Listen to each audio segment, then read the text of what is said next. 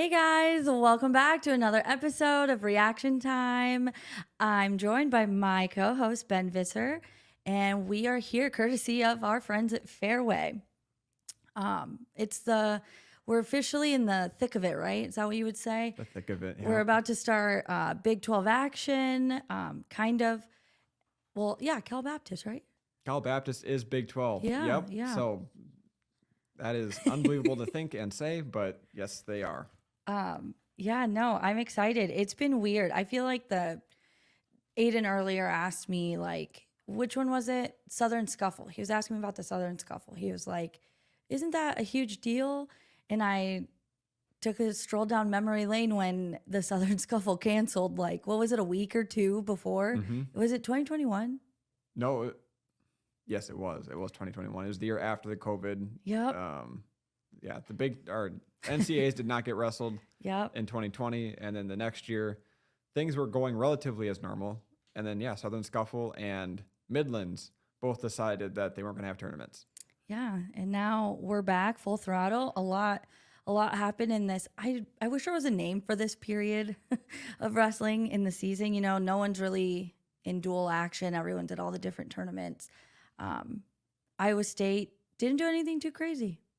Nope. For as crazy as the news cycle was, Iowa State's just been chilling and vibing. So I'm definitely excited to see them back on the mat. I guess I'm trying to think of what I would say was crazy things that happened other than the obvious of AJ Ferrari, but I feel like that's the most dominating part of the news cycle. Yeah, it absolutely is. I mean, we're not going to talk a ton about it just because we're an Iowa State podcast, but if you haven't seen the AJ Ferrari stuff, he is getting recruited by Iowa. He's a former Oklahoma State wrestler who got kicked off the team for multiple reasons and was wrestling unattached at the Soldier Salute, which Iowa State had a couple guys at, Panero Johnson and Jason Kreiser most notably. And in the finals match against his potentially future teammate, Zach Glazier, Ferrari won the match, kind of, but then he decided he was going to punch Zach Glazier, give him the bird, and then he did the splits and gave the crowd the double bird, which was incredible to watch. And now there's questions about, is AJ Ferrari going to actually be a Hawkeye? Because do you want to deal with that? And do you want to deal with the rest of his past too? Like, what he did on the mat was unacceptable. What he did in his past, more unacceptable, in my opinion. So, yeah, you got to reconcile a few things with the Ferrari brothers. And also Cody Chittum's at Iowa State now because of them. And so, like, you can't, in my opinion, you can't blame, especially after what you saw, you cannot blame Cody Chittum for wanting to get out of there because the Ferraris, in one man's opinion, are a mess. You know, it definitely makes for, it's one of those moments where I'm like, I am so glad this isn't happening at Iowa State because I can just sit and enjoy the news cycle, watch everyone implode on Twitter, and I don't have to contribute. Nope. So, but during this time, I was in Memphis for the bowl. Cyclone Fanatic team, just about all of us went down there. And I had so many people come up to me and compliment our podcast. Love it. Thank you. I really, really appreciated being able to like talk to people about it just because, like we were making jokes earlier, we love to sit and talk wrestling, but it's not like we get to see how people are taking it in. So it was really cool to meet people who said they became fans because of us sitting here yapping away. So shout out to all of you guys, all the nice people I met in Memphis. But anyways, like I said, wrestling time. Iowa State is hitting the road. They're headed to Arizona State on Friday. They'll wrestle at 7 p.m. And then they'll wrestle California Baptist on Sunday at 4 p.m. But both those times are central. Yes, Central Time. Arizona State, number 20, they're ranked 21. So they used to be pretty highly ranked back when they had the Valencia brothers, most notably for people who have followed wrestling for a while. They're not quite as dominant anymore. No. Most notably, they have Colton Schultz, who we have talked about Colton Schultz quite often. Thanks to Younger. He's their heavyweight. I really like Colton Schultz just from an outside perspective. We obviously don't know him, but he just seems like such a likable guy. He does. He's like the quintessential heavyweight. So right now we're in the age of the super athletic heavyweights. Kind of it started with Kyle Snyder. back at Ohio State multiple years ago. But now we got the Greg Kirkfleets, the younger Bastidas. You could throw Gable Stevenson in there. He's obviously a bigger one, but I mean, no one's more athletic than the guy. So we're in this age of super athletic heavyweights. And then Colton Schultz comes lumbering out there, a little pudgy, super baby face, curly hair, and he'll rip your head off. And he does not look like it, but he is the quintessential heavyweight, it's just fun. But he's ranked number 5. He has not wrestled a match this year, which is interesting. He was on the international Greco cycle, so he's trying to get a spot for the U.S. team to wrestle in the next Olympics for Greco. So he's doing that, and I was told that he got a little bit banged up doing that, so he missed parts of this season due to injury. So according to Arizona State's probable lineups, he is the only heavyweight listed for the first time this season, and all expectations are he will make his season debut, and it'll be against younger Bastida. And Kevin Dresser, Iowa State's coach, had a great quote during media availabilities today saying, imagine your first match back against younger Bastida, and that's the guy you're wrestling. Like, that is a little bit scary. You probably have some mat rust. You're probably not quite used to the speed. Like, when you're wrestling internationally, you're wrestling top-end guys. Like, I'm not saying he hasn't been wrestling top-end guys, but A, that's been Greco, not folk style, very different styles. And B, if he was hurt and didn't see the mat a ton, you're suddenly facing younger Bastida. So I'm really, really interested to see that match just because they are a little bit conflicting styles. And Colton is a bigger heavyweight, so that's going to be a fun one to watch. He's legitimately a top 5 wrestler, and this will be a great, great test for Younger. Yeah, I definitely look forward to the test it'll be, and it's like one of those situations where I would like to see Younger have to start on bottom at one point, just to see it. I'll feel even more confident. I'm already confident in him regardless, but it would just be definitely a good duel to do it. Yep. And feel out competition like Colton Schultz. Like you said, he might look like a teddy bear, but he's not. Intermat has him ranked at number 5, and like we said, he hasn't wrestled yet. So, and I take Intermat pretty seriously. Yep. So it'll be a really good match. I think that's probably the one I look forward to the most. I feel like we talked about this last time.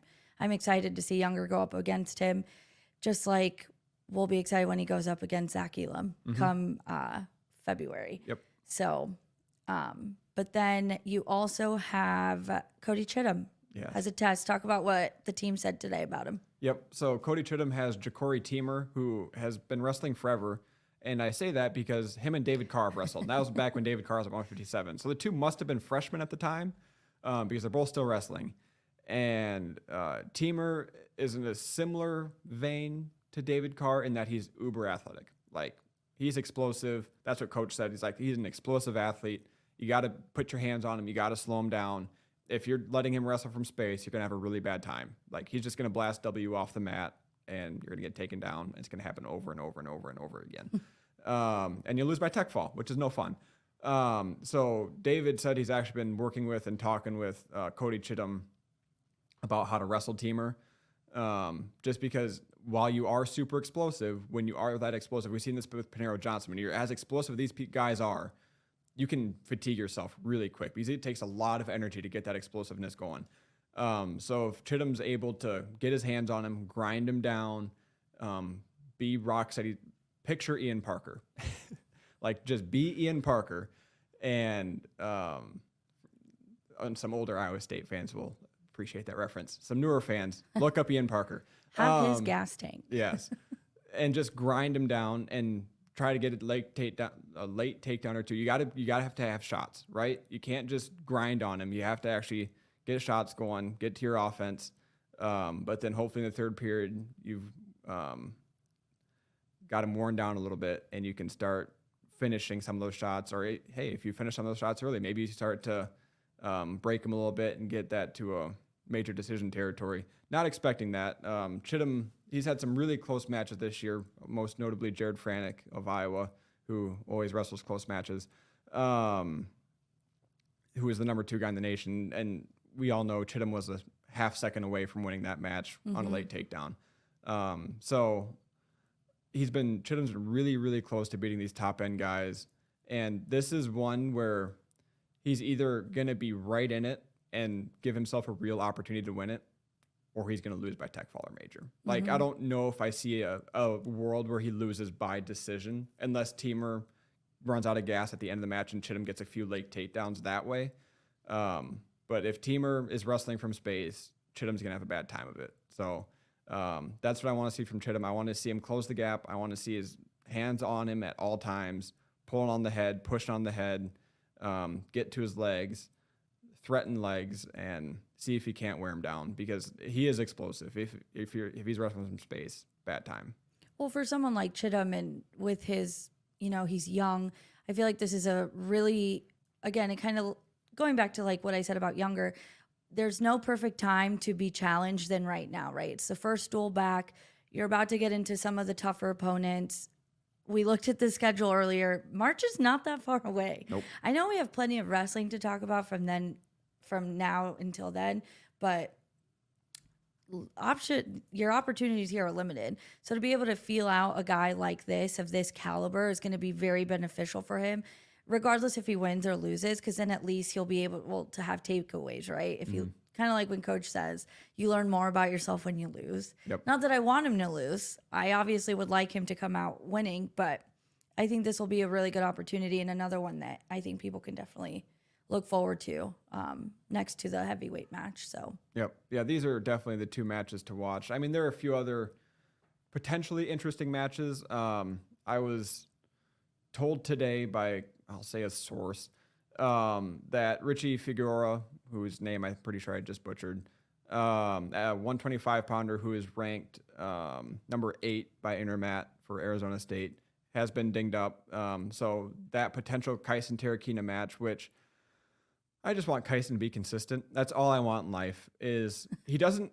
I'd like him to be an All-American. He's shown to have All-American potential, but just be consistent. You don't have to consistently, like, if you're a round of 12 guy, but you're consistent, great. I'd rather have that going into March than he's either going to be an All-American or he's going to lose his first 2 matches and be done. Right. Like, and that's where I feel like I'm with Kysen right now. Like, he's an NCAA qualifier. That is going to happen for him. He will be in the NCAA championships.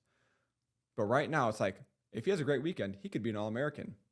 But he could also lose the first 2 matches and score 0 team points. And I just want some level of consistency out of Kysen right now. And I think Coach does too. I think that if we could grant him one wish, it would be a consistent Kysen Terukina. And whether it's off the mat stuff with him, whether they can't quite get him motivated, whatever it is, I just want to see him consistent.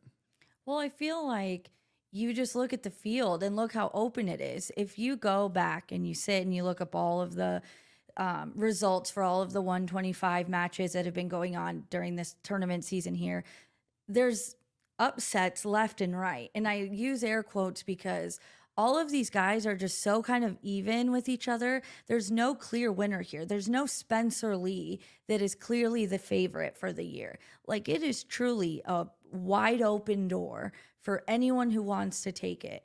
And so I guess when I look at that, if I'm Kysen, I'm like, I know I'm good. I know what I'm capable of. I know what I've accomplished to make me know that I can do better. Why not take it? Yep. I really think if he put his whole heart and soul into it, he could be a serious problem. I mean, he was ranked number 6 at one point, and now he's 24. Yep. So it's like, at this point, it's not talent, it's not any coaching. It's truly just, who does Kysen want to wake up and be? Yep. So I don't know. I guess we're just gonna have to. We're gonna have to find out this weekend, because wait and see. Coach Dresser has said multiple times throughout this year, last year, the year before, every year of Kysen's career, he is a guy who needs to get it right off the mat. On the mat, he does great, but some lifestyle things, he's not always disciplined. And Coach kind of hinted today at media availability that he's interested to see who on the team was disciplined during this 8-day break and who was undisciplined. He said they're all going to step on the scale to begin the practice. They're all going to wrestle. And if some guys aren't where they need to be, they're not going to make the trip. He said he wasn't going to name names, but it'll be interesting to see if there's someone out on the trip, who that might be. So, well, and it takes me back to the Oklahoma State duel. I can't remember what year it was, but the time where I asked him that question and we got that phenomenal quote from him when he was just like clearly just tired of them not trying harder. Yep. It makes me think of that. Like, it makes me think of that dresser. Not that that's where they're at. Was that in Dresser's first season, where he went micromanage, or was that his second year? I think it was his second I was year. saying it might have been the second year. Yeah. Because I feel like he had time to have a year with them, and then that second year he was like, "Yeah, you lacking discipline. You guys, I didn't lose this. You lost this."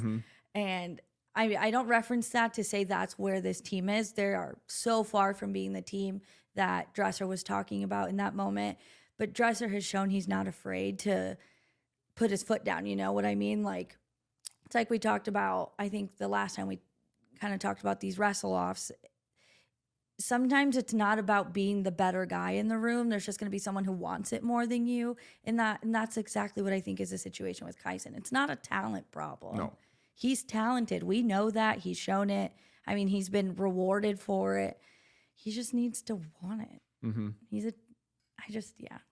I can go on about it just because it's like you want him to want it so badly. Yep. So I don't know. It'll be interesting to see how he responds. And I'm curious to know how that weigh-in process went before practice. I mean, I think at this point they're probably done. So I think it'll be interesting to see. And I really hope that the fact that 125 is so open is enough to maybe make him kind of flip a switch going into the second part of the season. Yeah, I don't want to say it could easily be an All-American because being an All-American is never easy.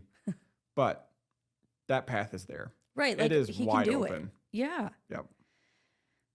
So, I mean, yeah, you got Jor Volk, who's ranked number 7 from Wyoming, who I think he's better than him. And then, like you said, every other guy essentially has been beaten. And the number 1 ranked guy right now is Anthony Noto from Lock Haven, who is probably very good, but I have never seen him wrestle. Or maybe I have and I didn't process it, but yeah, Noah Certain from Missouri. I know he's good. He's ranked number 2. So, but then you got guys like Eric Barnett, who he beat by major decision. Right. And he's a 2-time All-American. So, yeah, it's just if Kysen gets his head right and he really commits to what he can do, the All-American path is there for him. For sure. I agree. But moving on from Kysen, not that we want to spend all our time necessarily shitting on him, it's just high expectations. High expectations for a guy who deserves to have high expectations. He's proven it. He's deserved to get high expectations. This is an honor for him. It is. It'd be worse if we were like, I mean, we've covered guys like that where they've not shown anything, but we've been told they're great practice guys, and they just never show up. Kysen has shown up. It's just not consistent. So yeah, that's the deal. Be consistent. Well, we can switch gears. I forgot to ask you this to start. So I guess for context, I wasn't at availability today. I had meetings run over, workday stuff, but Ben was. So looking at the other guys competing in Iowa State's lineup, Coach gave some updates today on injuries. I had tweeted out how Julian Broderson was hurt and Casey Swiderski is hurt. I'll let you lead that one. What were Coach's updates today on how the lineup's looking? Yeah, we'll start with Casey Swiderski. He had what was described as a very minor knee operation. I know there was some questions and or discourse about what his injury was and if it was the shoulder, because he injured his shoulder last season, and a lot of people I saw on Twitter were very worried that it was his shoulder once again. It is not his shoulder. It was a very minor knee operation, so I would assume it was a knee scope, which is very standard. And he is, quote, very close to seeing the mat again. So he's not making the trip to Arizona State and Cal Baptist, but he is close to returning the mat and getting back there. Coach didn't give necessarily a timeline, but I would be eyeballing that Utah Valley Pitt weekend, or at the very latest, the Oklahoma State weekend. That was that update there. And then Julian Broderson, he didn't give any details at all what the injury was, but he is back and he is expected to wrestle this weekend. The caveat he gave there is that there are 2 guys that want to wrestle off. Nando Villascusa would be one of them, and The other guy is the other. I watched your face as you blinked. Yep, sure did. But I would expect two guys to go. I'd expect it to be Nando and Julian Broderson to go make the trip. One of them is going to get Arizona State. The other one's going to get Cal Baptist. And I would assume it's Caleb Helges. yes, that's it. Thank you very much. Caleb Helgeson is the other one. But I would assume it's Nando and Julian. One of them gets one match, the other one gets the other. And then they'll probably have a wrestle off that week after they get back to really determine, all right, who's going to be the guy going forward? Because we saw Nando that first weekend beat a top 25 guy from Cleveland State. And we've seen Julian be okay at times. This is the classic Julian Broderson thing where he seems to pin guys he's better than, and then he loses close matches to guys he is not better than. It's like you're losing these 4-3 matches or 5-3 or 5-2 or whatever matches, and it's in those matches he just doesn't do anything.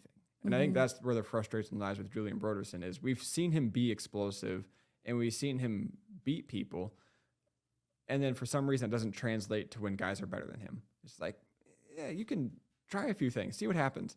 Right. So we'll see what happens at 197, but he should be back and ready to go healthy. And then you have Zach Redding going at 149. Yep. Yeah, having a round of 12 guy. I mean, almost an All-American last year. Be your backup 149 pounder is you're living a good life doing that. And I guess that's what happens when you bring in guys like Anthony Echemendia, and you already have Casey Swiderski, and Evan Frost steps up out of nowhere. Yeah. So, yeah, great. I mean, shout out to Zach Redding. A lot of people could have transferred in that situation. Zach Redding, if you're a round of 12 guy, you're a starter at all but 12 schools. And Iowa State was one of those schools he was a starter at. So he didn't transfer, and he's still a Cyclone, so shout out to him. And he's done well at 149. He was a round of 12. Dresser pointed this out. He was round of 12 at 133. Now he's up at 49. So 141 is his ideal weight, but obviously Echemendia is there, and he is doing really good things. But Zach Redding, I mean, he's going to have an opportunity. He's got Kyle Parko, who is ranked in the top 5, I think. Top 10 for sure, but I'm pretty sure top 5. So, yeah, he's ranked number 3. So that's going to be a fun test for him. I mean, he's got nothing to lose. He's one to throw it out there. He's not one of those guys to back down and curl up. He's gonna try a few things, whether it works or not. Who knows? But it's gonna be fun. Yeah, I think when I look back to NCAA championships last season, he was my favorite part. Just because you didn't expect it. It was like, okay, guys, here's the updates from this round. Zach Redding dominating his way through this. No, he's fun. And when you talk to him about it, you don't expect him to talk the way he does. But he's like very confident. He's very much like, yeah, I got this in the bag. So I am excited he's back in the lineup. Of course, not at the expense of Casey Swiderski being hurt. I would like to see him back for that pit match at least, but neither here nor there. We'll get him when we get him. But no, it's exciting. I think, like you said, it's definitely depth we always wanted to see Dresser be able to have on the roster. So to have Zach Redding be who steps in, I think they're in fine shape, at least in that area. So no, that'll be exciting. I'm excited to see how that goes. But other than that, all health. All health. Yep. Yeah. Arizona State's an interesting school because, like Jackie said, they were a team trophy winner a few years ago with the Valencia brothers, and they had a whole bunch of other guys who were really good too. And they've fallen off a little bit, but they still have some really good top-end talent like we've been over, the Teamers, the Parkos, the Colton Schultzes of the world. Unfortunately, that's kind of all they have. Their only other ranked wrestler besides 125, Richie Figueroa. Sorry again. You're doing fine. Only other ranked wrestler is Julian. Again, I can't pronounce his last name. Shlobov. I have no idea. At 133, and that's who Evan Frost is going to get. And we've seen Evan Frost be really good. Like, he's ranked number 9 right now. But this is one where Evan Frost is a freshman, and he's wrestling a ranked wrestler who's technically ranked lower than him, but can he still find that way to win? Is he really the number 9 guy, or is it just a product of him beating a couple of guys who weren't ready to wrestle him? Like, oh, this Evan Frost guy's a complete unknown. Who is he? I'm going to wrestle him and win. And that didn't happen. Now there's film on him. Now guys know what he's about. Can these lower ranked wrestlers who have more experience, because this Julian guy is a junior, who have experience, can they figure out some chinks in Evan Frost's armor? So that's going to be something I'm looking for at 133, just to see how Frost handles, hey, people have a semester film on you. What can you do now that people know what you're about? So that's going to be fun for me to watch.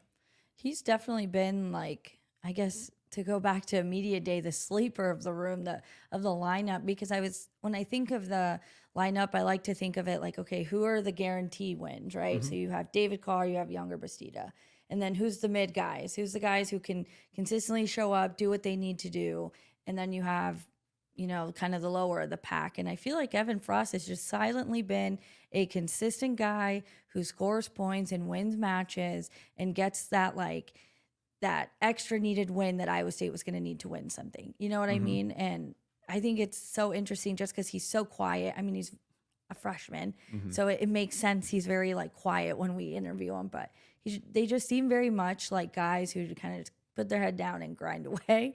Who knows what they're like in the room? For all I know, they could be really funny, goofy guys, but no, it's been a fun surprise because we knew they were good. We knew they were going to be good guys. I mean, that was never a question. But to see Evan come in, has a starting spot, there's no question about it. There's no competition for it. He's earned it. It's his. So that's been fun. Yeah. It's a little fun, shiny spot.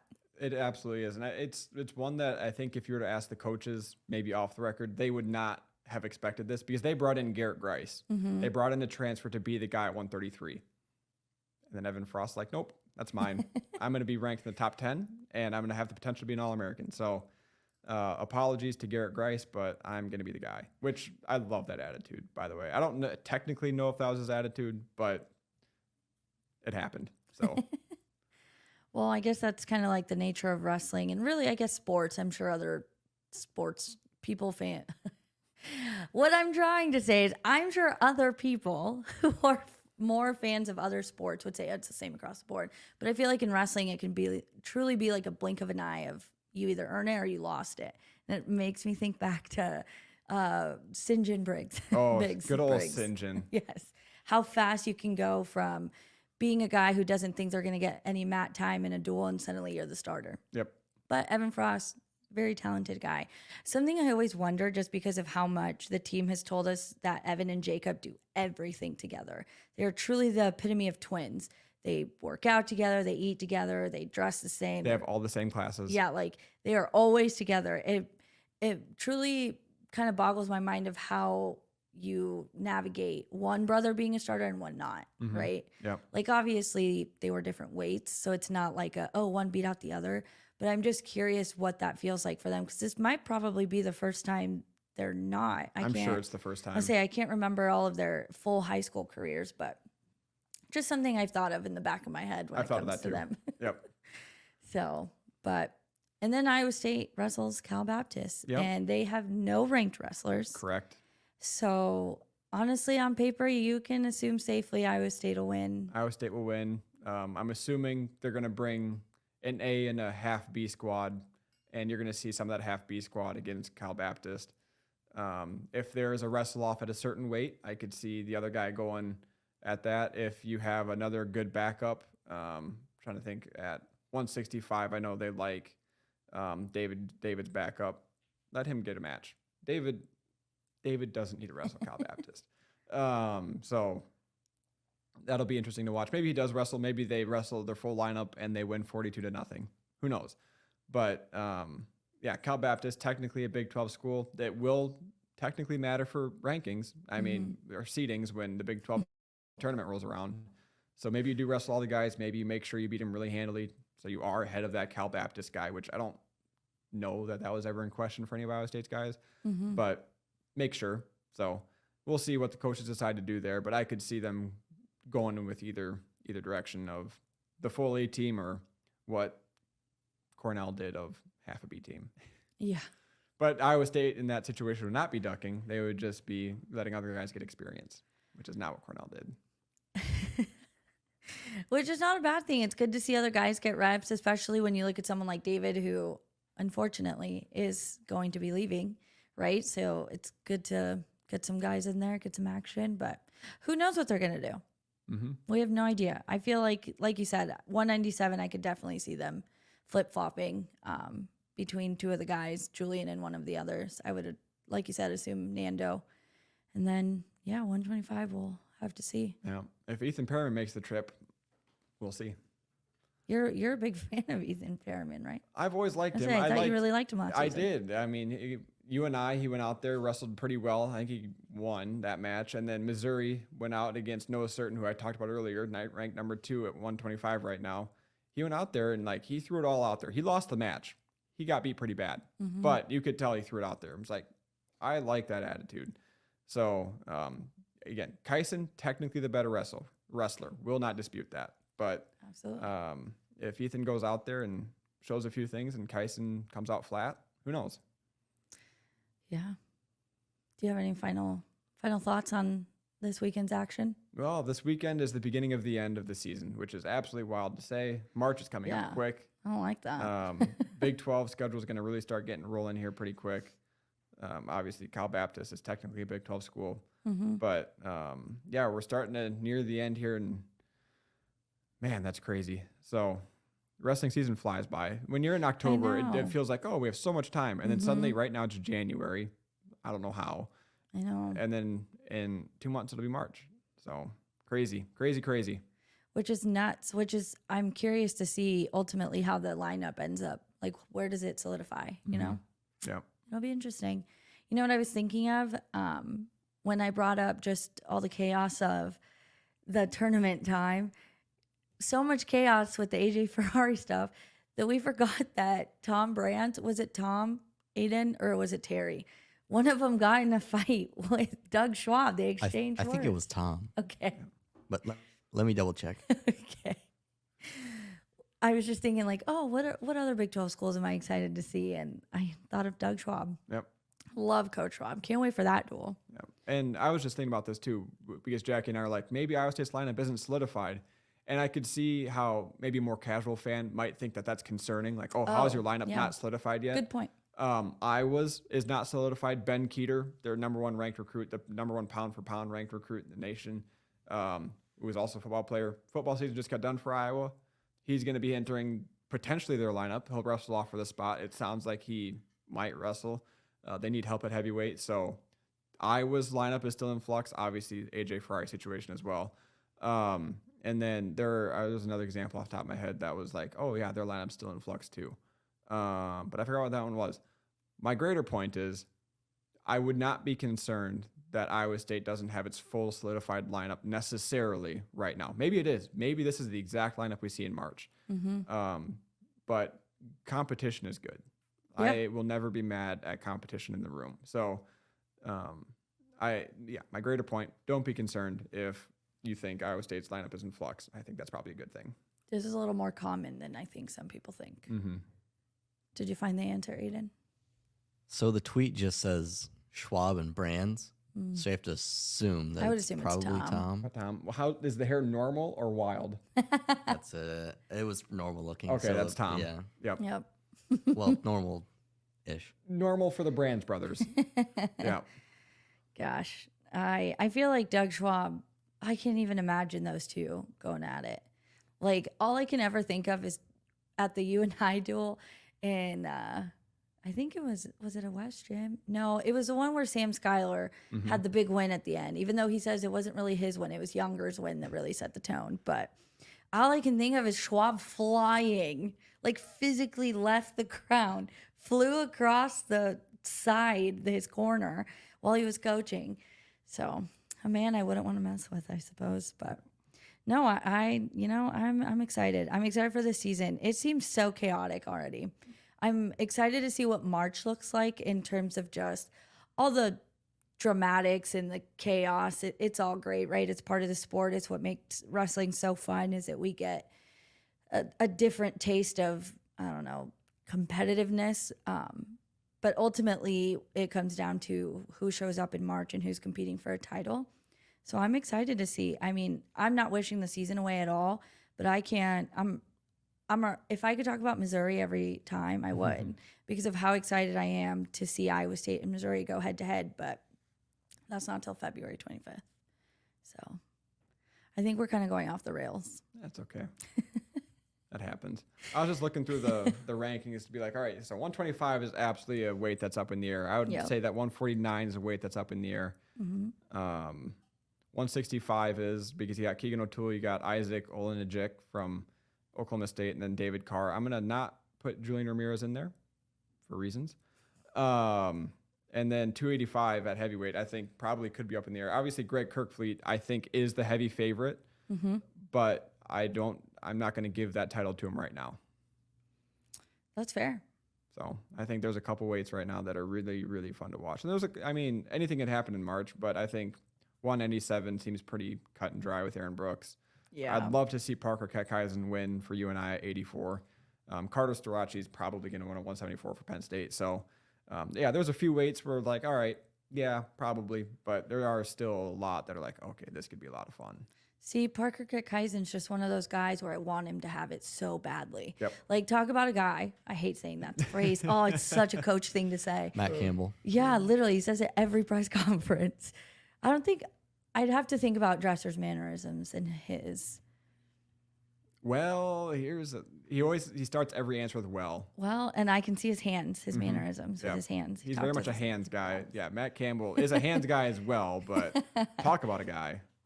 Yeah. But Parker's just like, he's a great guy. He's not like, his ego is what it, hit the mic there. His ego is like a good ego, right? Like you just root for the guy. And I want that for him. Marcus Coleman probably doesn't want that for him. The one guy he could not beat. Nope. But yeah, no, I am excited to see him compete in March, and hopefully he sees a payout. He deserves it. Because it's his last season, right?